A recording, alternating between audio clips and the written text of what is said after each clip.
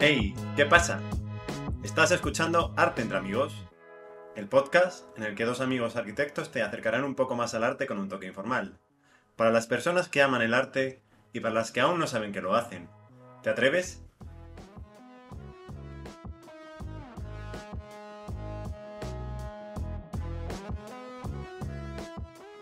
Bienvenidos un día más a otro capítulo de Arte entre Amigos, vuestro podcast favorito de arte. Aquí estamos, mi amigo Alberto y yo. ¿Qué tal estás, Albert? Buenos días, Miguel. Buenos días, chicos, ¿eh? El podcast favorito de arte y cada día de más gente, ¿eh? Porque, ojito, estamos trayendo a lo mejor de cada casa. ¿Sabes qué ha pasado esta mañana, Miguel, antes de grabar el podcast? He estado en la charcutería y me he fijado en algo en lo que nunca me había fijado. ¿Sabes en qué? En la mortadela. No, en el roti, tío. En el roti, en este caso era de pollo, de decir. Pero bueno, me he preguntado, ¿qué será el roti? ¿Estará bueno? Y luego me he dado cuenta y he dicho, es que no sé si siquiera de qué género es. ¿Se dirá bueno roti o buena roti? A mí me suena como apodo Cani, el Roti. Podría ser perfectamente. Lógicamente, hoy vamos a hablar de Michelangelo Buonarroti. El Buena Roti. Escultor, pintor, arquitecto, poeta, vamos, un hombre del Renacimiento total. Para el que no lo conozca todavía, tuvo un papel estelar en las Tortugas Ninja, Era uno de los cuatro, ¿verdad? con Rafael, Donatello y Leonardo, su otro competidor, Leonardo da Vinci de la época. En este podcast vamos a ver cómo este gran escultor, sobre todo, influenció el arte de la época de una manera excelsa, ¿no? Y hay un dato muy curioso que nosotros como arquitectos lo hemos estudiado en la carrera por su faceta arquitectónica, pero que jamás, o yo por lo menos, no sabía que era homosexual. ¿Tú lo sabías, Miguel? Sinceramente no tenía ni idea y yo creo que ha sido un dato que ha sido omitido por la Iglesia, puesto que la mayoría de su trabajo fue precisamente para el catolicismo. Y queremos decir que a nosotros eso nos da igual, pero vamos a ver cómo su condición sexual va a influir en el estilo de arte que él hacía. Así que tenemos muchas cositas que tratar. Vamos a empezar el podcast. Andiamo.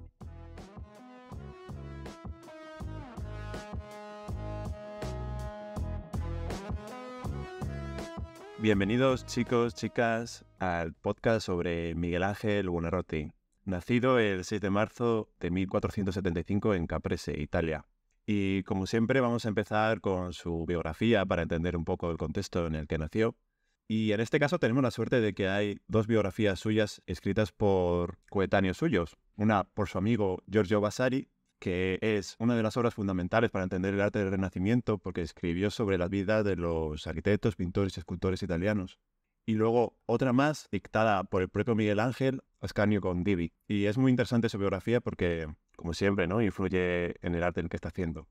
Y lo iremos viendo que Miguel Ángel no era como otros artistas que durante su época de esplendor pasan desapercibidos. Miguel Ángel era una estrella, lo rentabilizó en su momento y lo aprovechó también para dejar huella escrita de cómo era. Como bien hemos dicho, Miguel Ángel nace en Caprese y viene de una familia bastante pudiente, digamos, asentada, de una familia de clase media alta de Florencia, y su padre, Ludovico Buonarroti, trabajaba como podestá. ¿Queréis qué es podestá? Pues podestá era un gobernador. Eso es gracioso, ¿sabes por qué, Miguel? Porque viene de la palabra en latín de puede estar o no, porque siendo un funcionario de aquella época, pues tú ibas y igual no estabas, ¿sabes? Pues va a ser que sí. Como decimos, venía de clase media alta. Este es un dato curioso que no se hace más hoy en día. Las mujeres, cuando daban a luz, en vez de amamantar a sus propios hijos, la intención era seguir procreando, aunque suene un poco animalista, digamos. Existían nodrizas, que eran mujeres que daban el pecho a los bebés, mientras que las madres se enfocaban en seguir teniendo más hijos. Y la nodriza de Miguel Ángel era la mujer de un cantero. Puede ser, como Miguel Ángel de hecho sugiere, que de ahí llegó su gusto por la piedra. Tenemos que decir que Miguel Ángel en muy temprana edad ya demostró que tenía un talento innato para el arte y siempre se pasaba su infancia dibujando y era una cosa que sacaba de quicio a su padre porque quería que sus hijos tuvieran una buena vida y fueran económicamente independientes. Y veía como los artistas realmente no eran considerados en la sociedad. Y además, en este caso que Miguel Ángel sobre todo destacó por la escultura, su padre lo comparaba con los panaderos. ¿Sabes por qué? Porque al final, como trabajaban con mármol y piedras, pues acababan cubiertos de polvo de estar cincelando esos bloques. Es curioso, ¿no, Alberto? Cómo incluso hoy en día todavía el ser artista, el crear y el innovar se sigue viendo más casi como un hobby que como una propia profesión a veces. La verdad es que eso daría para un podcast entero de hablar sobre qué es ser artista, ¿no? Y sobre los inconvenientes y las ventajas que puede tener. Hay gente que piensa que Joaquín, el del Betis, es un artista, ¿no? Joaquín Arte. Joaquín, que puede que salga otra vez en el podcast más adelante. Pero bueno, volviendo a Miguel Ángel, tenemos que decir que Miguel Ángel, ya lo veremos durante su vida, pero era un cabezón de narices. Lo que se ponía entre ceja y ceja lo hacía y seguía R que R con que él quería ser artista. Y su padre le apuntó al taller de Ghirlandaio, que era un artista florentino bastante reconocido de la época. Sí, los hermanos Ghirlandaio eran dos artistas bastante conocidos en Florencia y su padre al final cedió y accedió a que Miguel Ángel fuese al estudio de Ghirlandaio y en la época se pagaba una pequeña cantidad a estos artistas porque los acogiesen y aprendiesen su oficio. Este va al estudio de Ghirlandaio en 1488, cuando tiene apenas 13 años, y ahí es donde empieza a experimentar y empieza a aprender el oficio de escultor y de artista. Hay de esta época una pintura suya que se conserva, que es San Esteban atormentado por los demonios. Y lo curioso de esta pintura es que Miguel Ángel se fijó en los pescados que compraba para su familia para reproducirlo después en esos demonios, ¿no? Y es una cosa que llamó la atención de su maestro, y no solo de su maestro, sino que empezó a entrarse en consideración de la familia Medici. En este caso llamó la atención de Lorenzo, el Magnífico. Sí, hay que decir que antes incluso de que sucediese esto, Miguel Ángel también era conocido por tener una nariz deforme y esto no era de nacimiento, es porque ya destacaba mucho en el taller de Ghirlandaio y algunos de sus coetáneos estaban celosos. Y uno de ellos, tras una discusión, le propinó un puñetazo y le rompió y le hundió la nariz para siempre. Volviendo otra vez a Lorenzo de Medici, el Magnífico, hay que decir que Lorenzo era un gran mecenas de la época, financiaba a un montón de artistas para que produjesen arte.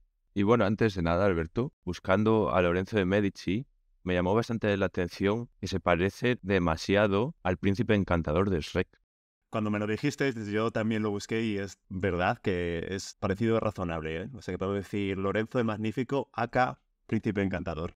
Es una figura central del Renacimiento italiano porque con su mecenazgo consiguió contribuir al florecimiento de este arte. Y si quieres, Miguel, para entender el contexto del Renacimiento italiano, podemos pasar brevemente por decir lo que fue, ¿no? Que es un renacer de las artes clásicas, sobre todo de la antigua Grecia y de la antigua Roma, y que nosotros que hemos estudiado arquitectura, es un arte que está bastante arreglado, que tenemos que decir que es unas composiciones muy estrictas y unas composiciones que están muy estudiadas en unos cánones, como por ejemplo eran los órdenes de las columnas, las proporciones de los templos griegos, etcétera, ¿no? Y es que en esta época los turcos invaden Constantinopla y Macedonia, y muchos de los griegos que allí vivían y que hablaban las lenguas clásicas se refugian en Italia. Y lo que esto transmite es al final que todos los textos de Platón y Aristóteles se actualicen al italiano de la época.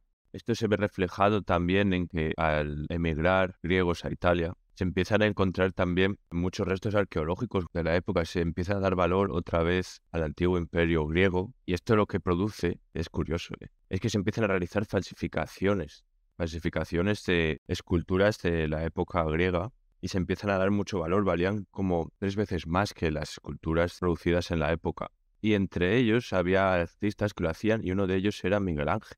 Es como empieza a destacar también, empieza a hacer obras y después con un tipo de polvo especial las hace pasar por más antiguas y enterraba para después descubrirlas, como si fueran obras de la antigua Grecia. El propio Miguel Ángel, como decías tú, Miguel, cuando tenía 19 años, realizó un Cupido durmiente y lo hizo pasar por una figura clásica junto con un miembro de la familia Medici para hacerla llegar a Roma y venderla. Y como tú decías, la enterró y la desenterró para que luciera vieja y desgastada. Consiguió que la escultura se vendiera por mucho más precio. Luego, cuando la obra llegó a Roma, el cardenal Riario se dio cuenta de la falsificación y, más allá de reclamarle el dinero, porque en aquella época que se confundiera tu obra por una clásica era un halago, básicamente, le invitó a Roma y ese es el motivo por que Miguel Ángel llega a Roma. Pero bueno, si quieres, no nos vamos a adelantar porque ahora lo vamos a contar y volvemos al Palacio de los Medici. Sí, vamos poco a poco. Como estábamos hablando, Miguel Ángel fue acogido por Lorenzo de Medici junto a otros artistas en el famoso patio de San Marcos, en el cual los artistas empezaban a desarrollar sus capacidades y sus cualidades, y entre ellas existe una historia que es la historia del fauno, en la que Miguel Ángel pues esculpe un fauno, que normalmente los faunos eran seres mitológicos viejos, como desgastados por el paso del tiempo, y Miguel Ángel realiza un fauno con una dentadura perfecta. Es un fauno muy bien esculpido, pero con una dentadura perfecta, a lo cual Lorenzo de Medici le dice que los faunos, ¿cómo van a tener una dentadura perfecta? Que eso era imposible. Y la relación de Miguel Ángel entre egocentrismo, digamos, y calidad, a la vez humildad, de saberlo reconocer, con un par de golpes de martillo y el cincel le quitó un par de dientes al fauno y lo hizo ver que era una dentadura mucho más antigua. Y Lorenzo de Medici se quedó asombrado por este Miguel Ángel, cómo tenía una capacidad tan grande de produccionar las cosas y tanta calidad artística. Tenía mucho temperamento y esto sin duda le llamó la atención a Lorenzo, que le acoge en su palacio y empieza a asistir Miguel Ángel con sus hijos a las clases de los humanistas más influyentes de la Florencia del siglo XV. Y esto es muy importante porque el humanismo es un cambio en la forma de entender el mundo, ¿no? Porque el teocentrismo que hasta entonces se conocía de la Edad Media es que Dios era el centro del universo. Y ahora mismo, con este pensamiento filosófico platónico y esto que puede parecer algo más teórico e intrascendente, es importante en el arte porque Miguel Ángel ya no tiene que reflejar la belleza de Dios, porque Dios no es el centro, sino la belleza del hombre. Y bueno, así se pasa esculpiendo en el patio de los Medici y a los 16 años esculpe la Madonna de la Scala y el Bacco. Son dos esculturas que esculpe con 16 años y que ya empiezan a mostrar su dominio técnico y su expresionismo. Y esta etapa tan feliz para Miguel Ángel y tan formativa termina en 1492 con la muerte de Lorenzo, de su mecenas. Tras el fallecimiento de Lorenzo de Medici, la persona que llega al poder en Florencia es su hijo, Piero de Medici. Sin embargo, será derrocado por un predicador conocido como Savonarola, y ante el miedo de ser reprimido o castigado por su homosexualidad, Miguel Ángel decide escapar de Florencia y se va a Roma en 1496, pasando primero por Venecia y Bolonia. Y en esta época, en Roma, es cuando empieza a desarrollar algunas de sus obras más importantes. De hecho, 2 años después de su llegada a Roma, en 1498, es cuando empieza a realizar La Piedad o La Pietà, la cual es una de sus obras más conocidas, en la que aparece la Virgen María cogiendo en brazos a Jesucristo recientemente fallecido. Tenemos que decir que su contacto con la familia Medici no solo le permitió ir a clases con los mejores pensadores de la época, sino que también le otorgó un montón de contactos, como en este caso el embajador de Francia y la Santa Sede, Jean de Villiers, que impresionado por el talento del joven Miguel Ángel le decide encargar esta obra funeraria, ¿no? Como para su tumba. Todo el mundo la tiene en la mente, pero bueno, a mí me gustaría destacar que esta Virgen que sostiene al Cristo después de la crucifixión, a pesar de estar basada en los principios renacentistas, Miguel Ángel introduce unas pequeñas licencias, ¿no? Como que el cuerpo de Cristo es mucho más pequeño que el de la Virgen, porque si fuera realista, que es como supuestamente debería ser el arte renacentista, tendría que ser de un tamaño descomunal en comparación con la Virgen. O también incluso la juventud de la Virgen respecto al Cristo, que será de joven, ¿no? Esta perversión de las reglas al final lo que hace es que le permite otorgar un significado más profundo a la escultura. Miguel Ángel iba más allá de lo que hacían los artistas coetáneos y buscaba transmitir otros significados a mayores. Por otra parte, también es importante recalcar el tipo de material que utiliza. Es una escultura en piedra, pero no en una piedra cualquiera, en mármol de Carrara, de la zona de Carrara de Italia. La característica principal de este mármol y por el que Miguel Ángel lo elegía es que normalmente tiende a ser un mármol que carece de vetas, que es muy blanquecino, lo cual era importante porque al extraer la obra, la escultura del bloque de mármol, era más probable no encontrarse con vetas negras que pudiesen estropear de alguna manera la escultura.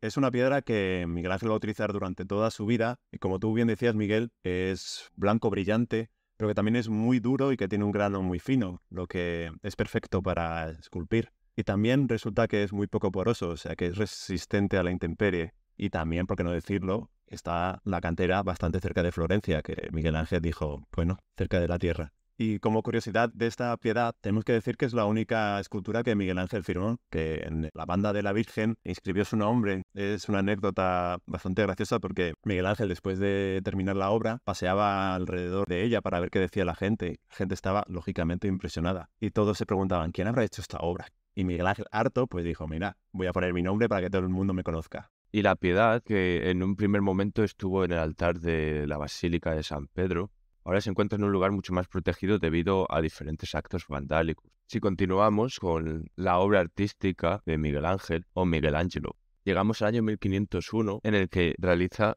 el David. El famoso David de Miguel Ángel, pues ahora vamos a hablar de él. Es importante recalcar que esta obra se realiza en Florencia y Miguel Ángel, tras haber destacado en Roma, quería también destacar y realizar su producción artística en su ciudad. Decide regresar a Florencia una vez Savonarola es derrocado. Estuvo insistiendo durante años en ser el artista del David, porque se trataba de un bloque de mármol de más de 5 metros. Ningún artista se atrevía. Este encargo, que fue como una especie de concurso, entre comillas, podemos decir, del gobierno de Florencia, era un tema político sobre todo, porque la elección de este tema bíblico tenía que ver con la resistencia de Florencia frente a otras grandes ciudades. Y Miguel Ángel, que se encuentra frente a este tema de tanta carga simbólica, al final hace una obra que transmite todo eso que la ciudad quería. Como tú decías, Miguel, ese bloque de mármol estuvo abandonado en la catedral durante 40 años y se valoró a artistas como el propio Leonardo. Pero las dimensiones de ese bloque, que lo tenías que tallar de una porque se podía partir, echaron para atrás a muchos artistas, pero no a Miguel Ángel. Es una escultura encargada para decorar la Catedral de Santa María in Fiore, Catedral de Florencia.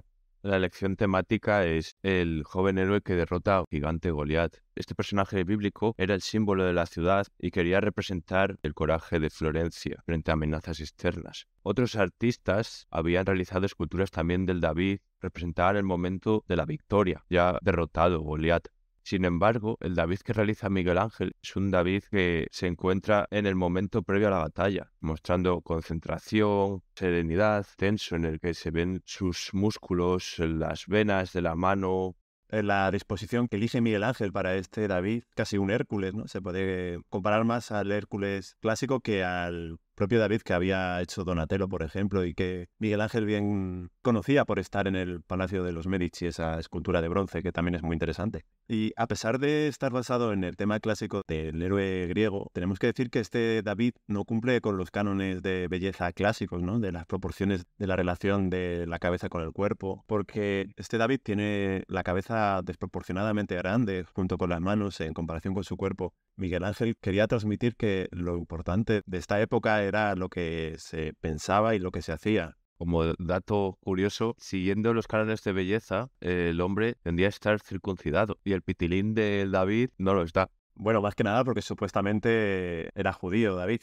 Esta escultura, que se pensó para uno de los contrafuertes de la catedral, no se podría percibir perfectamente en ese lugar, así que en 1504 se decide colocarla en la Plaza de la Señora, ¿no?, de Florencia, frente al Palacio Vecchio. Actualmente hay un David en esa plaza, pero no es el original, es una réplica. El original se encuentra en el Museo de la Academia. Tuve el placer de verlo en directo y impresiona muchísimo. Es una figura gigantesca de 5 metros 17 centímetros y sin peana. Esta obra va a ser ya un antes y un después en la vida artística de Miguel Ángel. Es una obra sublime, también en mármol de Carrara. Se vuelve muy famoso en la ciudad, en Florencia. Empiezan a llover los encargos y realizará, nada más acabar el David, una de sus primeras pinturas, que se llama el Tondo Doni. Se trata de una pintura circular bastante pequeña, con relieve en el marco, y a diferencia de la pintura de la época, no se dibujaba como una trinidad de forma triangular, sino que la pintura tenía un tema central. La característica principal del Tondo Doni, y que también se ve en el David, es el contraposto, que es una de las características del Renacimiento, de cómo se representaban las figuras, y el contrapuesto se caracteriza por poner tu peso sobre una de las piernas, de tal forma que se realiza como una contorsión del cuerpo, girando la cabeza un poco hacia el otro lado. Si tenéis en la cabeza la figura del David, su expresión corpórea es un contrapuesto muy claro. A mí me gusta comparar el contrapuesto pues con una modelo desfilando, un poco exagerando, ¿no? Pero ese movimiento que genera poner el peso del cuerpo en un pie es bastante significativo en este cuadro, porque vemos cómo la Virgen está ligeramente retorcida para sostener al Hijo, que a su vez está también en un contrapuesto. Esto es bastante reseñable porque si lo comparas con las pinturas medievales, que son estáticas y fijas, pues al final genera un movimiento de la composición. Y nada, destacar de esta obra, pues que es bastante raro, pero a la Sagrada Familia está rodeada de un montón de desnudos, que es un tema que veremos que Miguel Ángel le daba bastante duro a eso, y que actualmente se encuentra en la Galería de los Uffizi para cualquiera que le quiera ver. Y estos pequeños personajes desnudos se considera que lo que quería representar Miguel Ángel era la paganidad de la época. Y tras toda esta serie de encargos que le lleven en Florencia, tenemos que destacar la figura del Papa, de Julio II, quien en 1505 decide rodearse de los mejores artistas para impulsar a Roma como ciudad central de Italia, porque había aprendido de los Medici que el arte era capaz de generar mucho dinero y aglutinar y transmitir un mensaje muy claro. Es otro mecenas de la época muy importante y el encargo que le realiza a Miguel Ángel es su sepulcro. Es un sepulcro que consta en su idea original de más de 40 esculturas y el proyecto da muchos bandazos, se va cambiando puesto que era un proyecto extremadamente caro y Julio II tampoco quería gastarse toda la fortuna del papado. Por lo tanto se fue reduciendo bastante hasta que quedaron al final únicamente 3 figuras, 3 esculturas. Y una de ellas es una de las esculturas que permanece desde la primera idea original, que es el Moisés, de las esculturas también más famosas de Miguel Ángel, considerada por muchos expertos e incluso por Miguel Ángel su obra más perfecta, y cuenta la leyenda que cuando la acabó, Miguel Ángel estuvo tan impresionado como había sido el resultado tan vivo que con el martillo le dio un golpe en la rodilla al Moisés y le dijo que hablase ahora. A mí esta escultura me flipa, o sea, me vuela la cabeza. Me parece de una maestría anatómica excelsa, ¿no? Porque hay también una anécdota que es que en el cuerpo humano tenemos un músculo en el antebrazo que solo se levanta o se marca cuando se levanta el dedo meñique. Y en este caso está en la escultura y Moisés está levantando el dedo meñique. ¿La casualidad? No lo creo, no lo creo.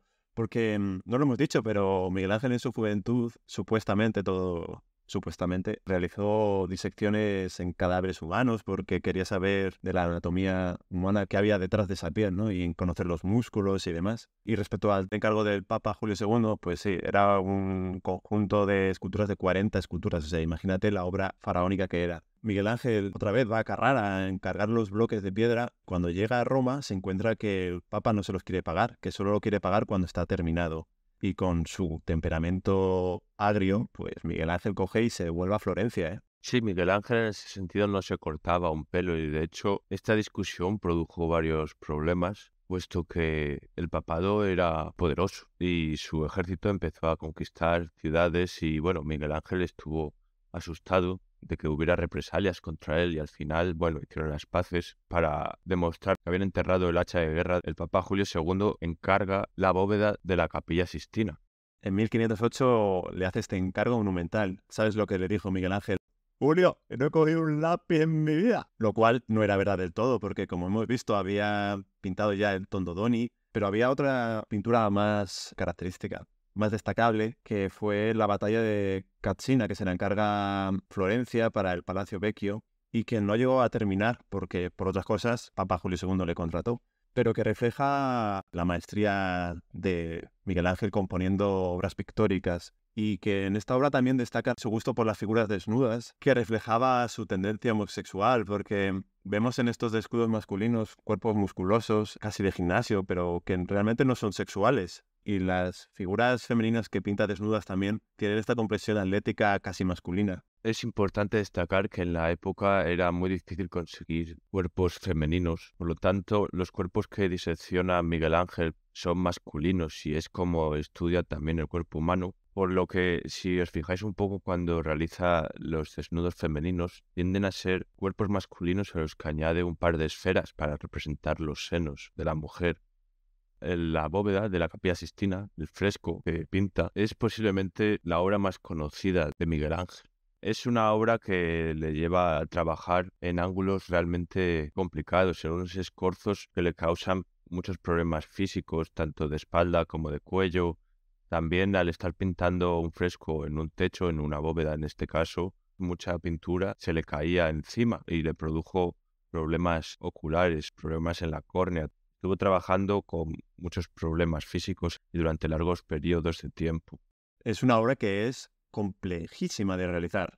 Tarda 4 años, de 1508 a 1512, Si quieres, Miguel, a mí me parece muy interesante cómo se hacen los frescos, porque el fresco tenías que picar el acabado del muro, a dejarlo a la albañilería y luego encalar la pared y eso, cuando estuviera húmedo, pegar un papel, cincelar las formas y con polvo de tiza negro marcar las siluetas. Y luego ya una vez podías pintar. Y Miguel Ángel tuvo muchos problemas porque es muy laborioso. Pero para mí sí, quizás sí que sea su obra pictórica por lo menos más importante y más reconocible. Tiene escenas que son realmente muy marcadas, ¿no? Como es el encuentro entre Adán y Dios en ese Génesis que Steven Spielberg, por ejemplo, imitó en E.T. Y esa famosa imagen en la que se ve el brazo de Dios con el índice a punto de tocar el índice de Adán. Es importante también decir que estos frescos, los primeros, eran de una escala demasiado pequeña y Miguel Ángel no se había dado cuenta debido a que no se bajaba de los andamios. Hasta que en un momento dado, Julio II, el Papa, le forzó a bajar porque quería ver parte y es cuando se dio cuenta de que tenía que aumentar la escala. En otra de las pinturas, que es también muy interesante, es cómo intenta cerebralizar al ser humano, darle ese raciocinio en esa pintura en concreto.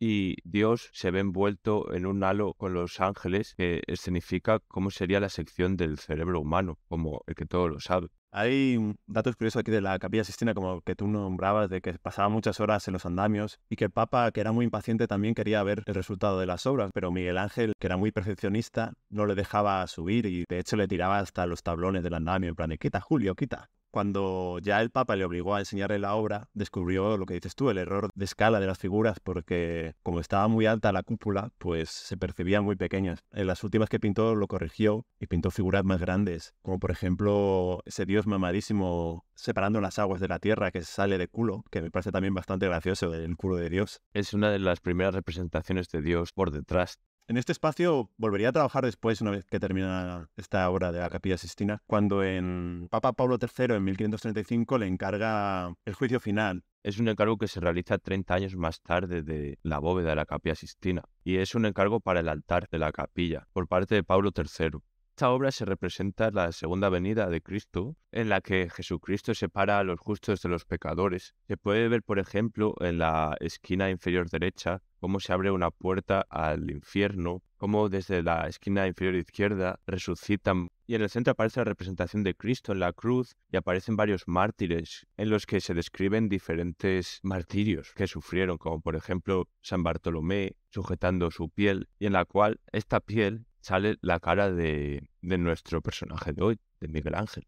También Miguel Ángel, que era bastante creyente, se sentía un poco atormentado, ¿no?, por su condición, porque tenemos que decir que obviamente la iglesia de aquellas consideraba a los homosexuales unos sodomitas. Y hay algo que me gusta de aquí del juicio final, que es que a pesar de ser una imagen muy potente, ¿no?, porque vemos que es casi como un jardín de las delicias iniciático, es que hay una composición muy marcada en que tenemos el suelo, la tierra. Y esta complejidad compositiva es una característica del manierismo, ¿no? Porque ya vemos que el Renacimiento se empieza a agotar y empiezan a utilizarse composiciones más complejas que no siguen la simetría ni una relación de órdenes clásicos, ¿no? Y aquí también destaca el contrapuesto de algunas de las figuras que se retuercen, que miran hacia otro lado, ¿no?, evitando el contacto con Dios. Y también hay una anécdota de aquí, porque Miguel Ángel pintó un montón de cuerpos desnudos que los miembros de la iglesia, algunos estaban preocupados, ¿no?, sobre el tema explícito de la desnudez en este juicio final. A raíz de esto, y después de que Miguel Ángel muriera,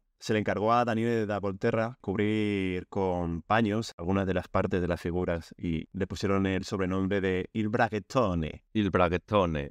El braguetero en castellano. Menudo apodo de mierda, también te digo. Ya ves, pobrecito. A Miguel Ángel le cuesta ganarse la simpatía de los papas porque su estilo era muy heterogéneo, como estamos diciendo, debido también al manierismo. No era un estilo renacentista, propiamente dicho.